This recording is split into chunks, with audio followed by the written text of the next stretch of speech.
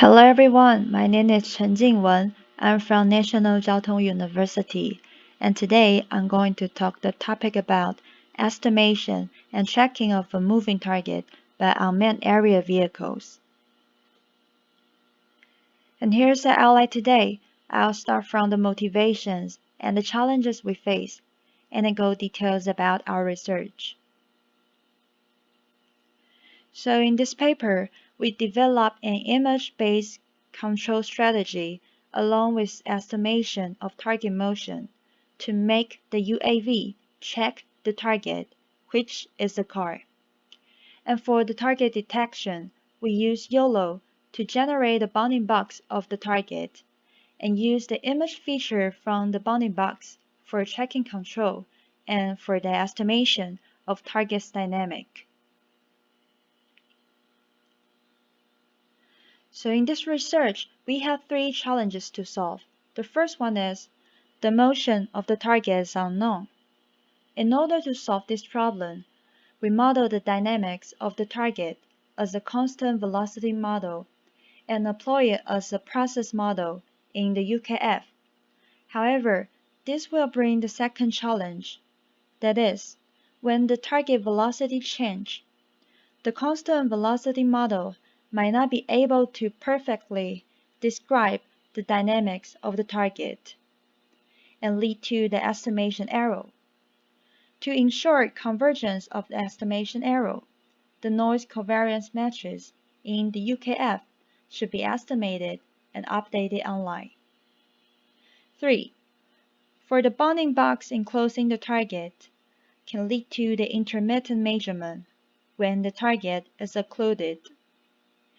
Therefore, in order to solve this problem, we develop an UKF-based algorithm to obtain the continuous estimation of the target motion. And next, I'm going to talk about the overall system of our research. Kinematics model. We can mainly separate the kinematics model into two parts. One is the camera, the other is the target. And in our research, we fix the camera on the UAV.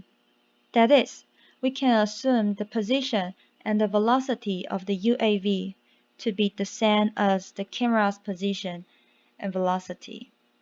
And these are all obtainable from the GPS or from the motion capturing system. And for the target detection, the motion are all unknown. Therefore, in order to estimate the unknown motion of the target, we want to obtain the dynamics model in the UKF. For this purpose, we define a vector called RQC equal to big X, big Y, and big Z. RQC stands for the relative distance between the target and the camera. By taking the time derivative, we can obtain the dynamics of RQC in Formula 3. And Formula 3 will help us a lot to obtain the dynamics model afterward.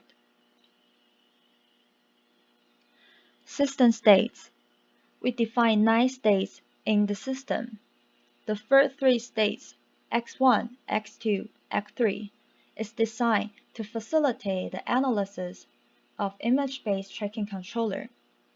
The middle 3 state, which is the position of the target, this will be utilized in our future work. And the last 3 states is the velocity of the target. This will be taken as a feed-forward term in the tracking controller. So right now we have the states. By taking the time derivative, we can obtain the dynamics in Formula 4. And by substituting Formula 3 into Formula 4, we can finally derive the dynamics model in Formula 5. Measurement model. For the measurement model utilized in the UKF, we define the measurement as UVARC. UV is the center of the bounding box in the image plane. A is the bounding box area in the image plane. RC is the position of the camera. With the help of the pinhole model, we can obtain the relationship between the measurement and the state. Therefore, we can transform the measurement into the estimated measurement for the UKF in Formula 6. And what we should be careful about is that for the estimated bounding box area in Formula 6, we add a psi function.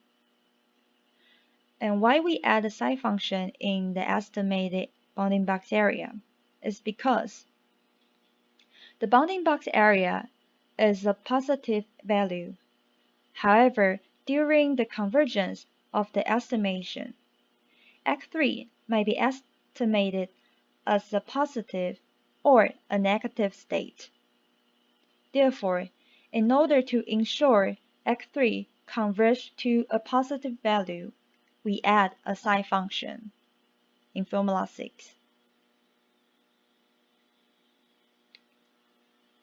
So right now, we have dynamic model, we have measurement model. We can apply these two models in UKF to estimate the unknown motion of the target. However, remembering that I mentioned in the challenge, as the target velocity change, the state predicted by the constant velocity model can be incorrect. So let me use our simulation result for example. Our simulation is applied in gazebo environment. And from the right picture, we can see that there is an UAV and the car. And the velocity of the car will change both in X and Y direction. And what the UAV should do is to use UKF to estimate the unknown motion of the car. So, from the left to diagram, the red line stands for the estimated velocity of the car in X direction. The blue line stands for the estimated velocity of the car in Y direction. And the green line stands for the ground truth velocity.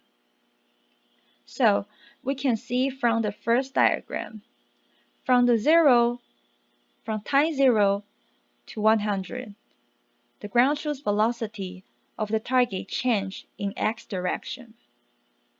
And they make both the estimated velocity in X and Y direction incorrect.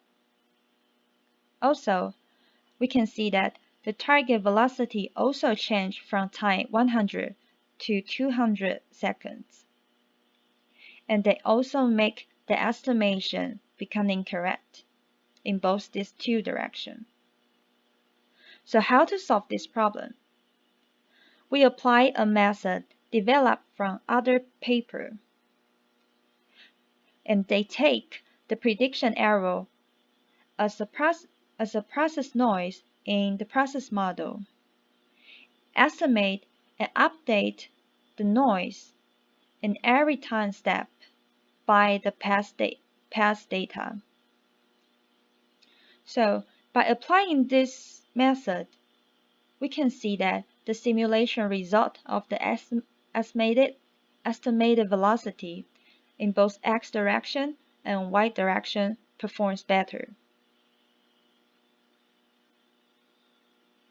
Tracking controller. We developed an image-based visual servo controller in our work.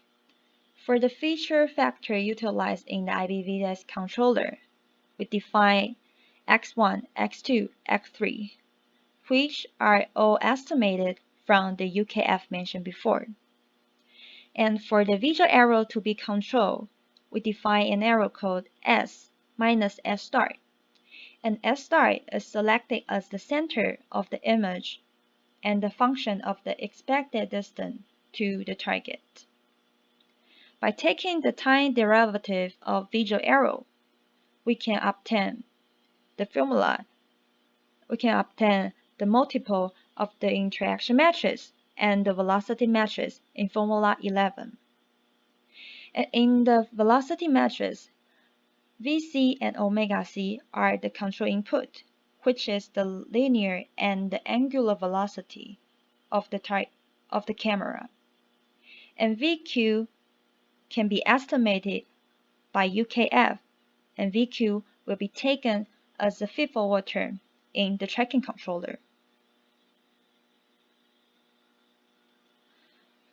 And to maintain the high detection accuracy from the YOLO, we want to keep the camera to stay on the left-hand side of the target, which means we should not only consider the visual arrow between the target and the camera, but also consider the relative angle between the target and the camera. Therefore, we redesign the velocity of the camera in X direction in Formula 13. And we can see that from the Formula 13, we define a relative angle called phi and an expected angle called phi expected, which is selected as 90 degrees. Since we have specified VCX in Formula 13, the resultant interaction matrix will change to Formula 14. By using the pseudo inverse of the final interaction matrix and also add a feed-forward term, VQ, the final tracking controller is defined in Formula 16. And we can see that from the control diagram, the command velocity is a combination of the visual arrow and also the feed-forward term. Both of these can estimate it from the UKF.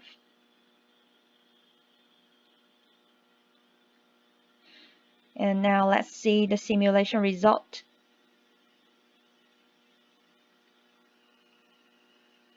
So this is the gazebo environment, and we can see that from the diagram, the target is speeding up right now, and the right small monitor shows the detection of the target.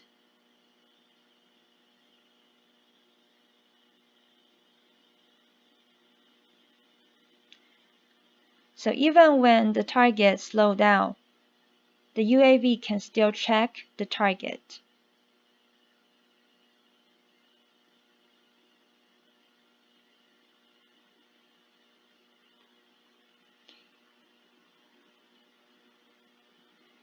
And next, I'm going to show the simulation result of the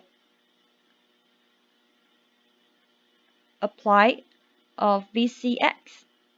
So remember that we designed a special VCX to maintain the UAV on the left-hand side of the target.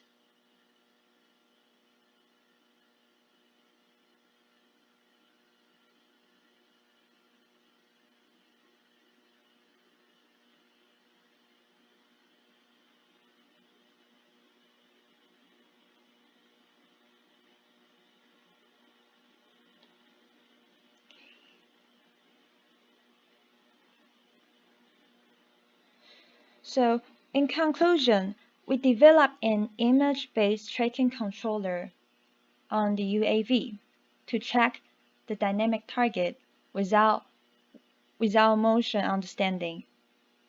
And in order to estimate the unknown motion, we also developed an UKF-based algorithm with process noise covariance matrix estimated based on the pace data within a moving window.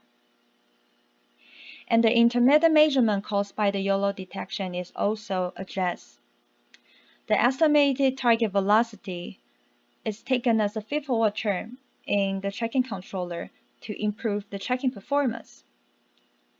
And for our future work, we want to extend the current work from one angle to multiple angle detection. Thank you for listening.